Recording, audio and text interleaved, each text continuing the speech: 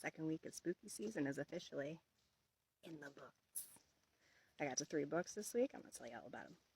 We'll start off with the update. I had started this one last week and finished it after I did my video for last week, and absolutely stuck the landing. It was beautiful. It has not been that easy to root for a killer since Dexter got started. I highly recommend. I could not believe this was a debut novel. It was amazing. I loved it. After that, I picked up and then I finished Red Queen by Christina Henry. If you watch my September video, you may remember the first book in this series, Alice. This one absolutely lived up to the first one. It is so good, and I've got the third one on order.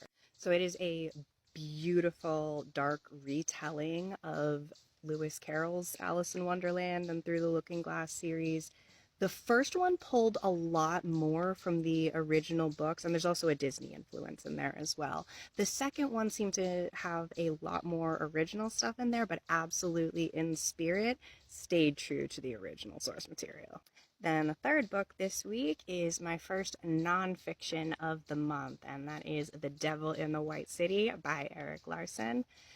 This book is absolutely amazing at the way it's intertwining two very real stories. Everything in here is verifiable fact from somewhere, and it's the story of the building and then the existence of the 1893 Chicago World Fair, story of the architects and engineers and everybody that's involved in the project and all the trials and tribulations that they're facing, interspersed with the story of H.H. Holmes and his murder hotel that was happening in the same city at the same time. And the way it switches between the two is so beautifully intertwined. I highly recommend.